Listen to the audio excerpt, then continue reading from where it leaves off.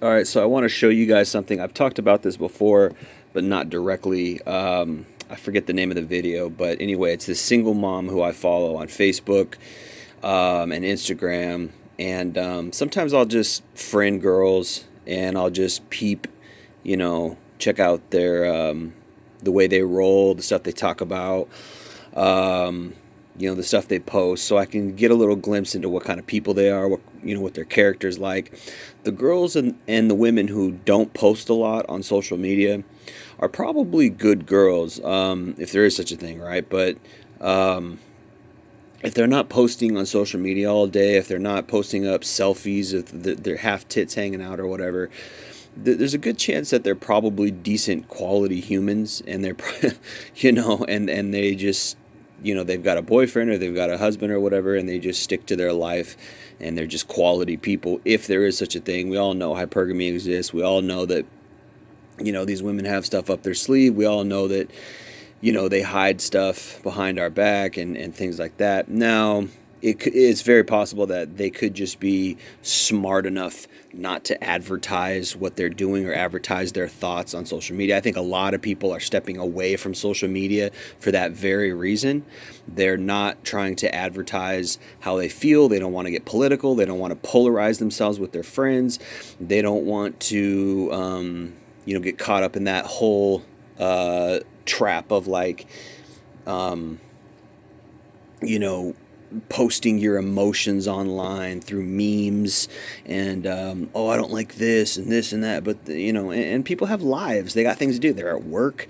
They got a friend group. They've got a partner to please. They've got kids. They've got bills. I mean, like, people don't have time to sit around and post on social media. So if she's posting on social media a lot, that's probably a good indication that she's a low quality girl. Probably a good indication that she's a low quality person. And I would say that really for anybody. If you get caught up in posting on social media all day, or if you're in there arguing with people about politics and like getting caught up in this social media bullshit, you know, you're immature. Something's wrong with you, and you probably need to change. I mean, the only time I do that is if I'm just super bored. And believe me, in my past, I have been caught up in that stuff. I have to take full responsibility. I was caught up in like arguing and like, trying to get the better of people online, and it's just so dumb. It's such a massive waste of time. But anyway, with that said, I want to talk about this girl who I've been following. Like I said, I do follow girls, and I do it because I want to see, I want to, it's like learn about your enemy, learn about your competition, right? Learn about, um, I want to learn about girls because I want to see, where their heads at and things like that. And I follow a lot of girls that don't post, and I just, there's nothing about them that is interesting to me or whatever. But the ones that do post a lot of a lot of you get a lot of insight. The more somebody talks, the more you're able to determine what type of person they are, what they're about, what they do with their time, etc. So when I'm on social media and I follow these girls and they post what they post, I get insight, and it's almost like that's what social media is. Social media is like a stalking. It's a application that you can stalk people. Essentially, that's really what it is. Like, oh, what's this person doing with their life? Let me go look at their page and see how successful they are, or see if they're single, or see what's on their mind. And like, depending on how you market that, it can be either good or bad. It's like, yeah, okay, you can keep up with your friends and see what they're doing and woo woo woo, but on the other hand, you can go creep on somebody's life and look into the details of their life. So it's like, it's a weird thing, and it's something that like I've been torn on in the past. Like, should I really keep my social media sites? Is this a big waste of time? But being with the type of YouTuber I am, it's interesting to, really kind of get the scuttlebutt of what these girls are doing. And sometimes, like today, I'll use it for an example. So today I want to talk about an example, um, and it's with this girl. Obviously, there's no way I'm going to say her name. But she's a girl who used to live in an old city that I used to live in. And this city's kind of known for girls being like slutty. It's kind of known city for girls being like, real ratchet and boozy and kind of low quality. And it's not that big of a city, which probably has a lot to do with it. It seems like in the bigger cities, the quality of women seems to go up, or the quality of women at least seems to be there's some kind of standard. At least you shouldn't be ghetto, you shouldn't act boozy, you shouldn't act. But this old city that I'm from, the girls are kind of like that. Is she like that? I don't know. Like I said, I made a video about her before, and she comes from a nice home, and I think the gist of at least I think she comes from a nice home. Something she posted today kind of makes me wonder, but the gist of that video that I made about her was like, even if you come from a nice home, you can still be a thought. You can still chase bad boys. You can still be a slut. You can still hoe yourself out, right? And that was the gist of that video. With this girl, I had talked about it, and I said that she had a baby from this guy who was like, I don't know if he was abusive to her, or if he was stalking her or whatever, or what the exact details there were. But bottom line is, she got him in trouble with the law. I think she got a restraining order against him, and I'm starting to see some further developments from that.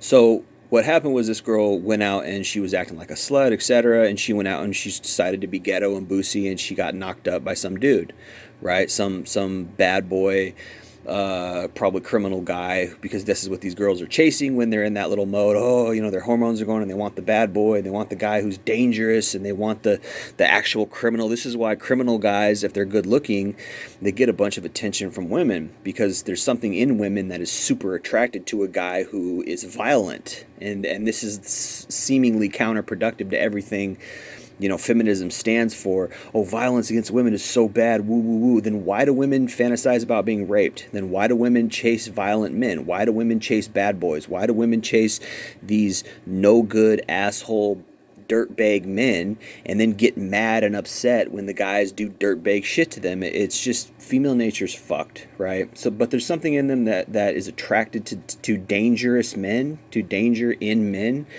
and violent men, etc., and it gets them excited, whatever. And so she's one of those girls, and she got pregnant by one of the guys, and then once she got pregnant, some other shit kicked in, and she was like, oh damn, what about my baby? How am I going to raise my son? Woo woo woo. And then she realizes, oh, this guy's good for nothing. He probably doesn't have a job. He's probably out in these streets, could be selling drugs, whatever. And she's like, oh shit, that's not good for raising my kid. I want to separate myself from this guy, but oops, he's your baby's dad. So you got to spend time with him now for the next 18 years. You have to contact this guy and figure it out so that he can raise his kids somehow, because the kids are supposed to have dads. But see, what these women do is they go out and they fuck these bad boy guys, and then they get all messed up, and they're like, oh shit, now I got this kid, and the dad is a piece of shit. He's a no good, and I don't want him around my kid because he's a bad guy. And this is the conundrum that a lot of these little hoes are going through. And I guess it's better to recognize that the guy's a piece of shit than not recognize that he's a piece of shit and have your kid around a piece of shit, on the one hand. On the other hand, that's your baby's dad, right? That's your frickin' baby's dad. So it's not fair to him, and it's not fair to your baby that the baby doesn't have a father. But see, this is the fruit of your this is the fruit of your bad choice, and you got to live with it. So now these girls, and this girl particularly, is like, oh shit, I need to separate myself from this guy. He's a piece of crap. But hey, you chased after him, and like I said, I grew up in this city. This is my old city, so I remember girls like this, cute girl, like super good looking. She's got nice big tits, like she's got a nice body. She's thick. She's totally my type. Got these nice raven dark eyes, beautiful skin, right?